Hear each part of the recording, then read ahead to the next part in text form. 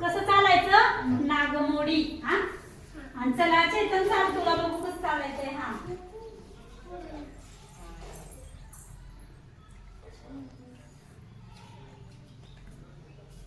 छान टाळ्या वाजवा चेतनसाठी आणि चला पाठीमागं थोडं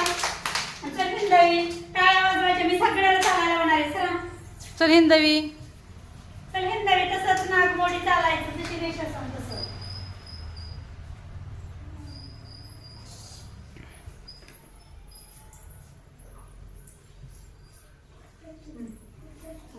गुड चला टाळ्या वाजवा सगळ्यांनी टाळ्या वाजवा चल चल तू चाल नागमोडी रेषेवरून चालायचं तसं हिंदवी जागेवर जाऊन उभं राहा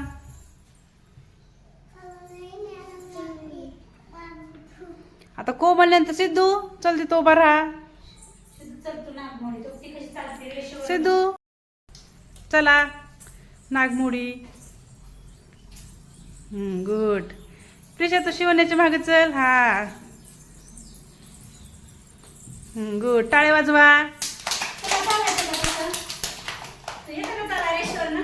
रेषेवरनं चाल हा इकडून रेषेवरून चला रेषेवरनं चालायचं टाळ्या वाजवा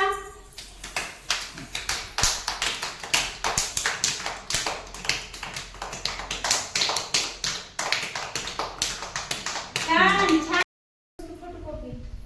चला दादाच्या मागे हळूहळू जन्मतारखेचा दाखला होता ना आळतच्या दिवशी गुड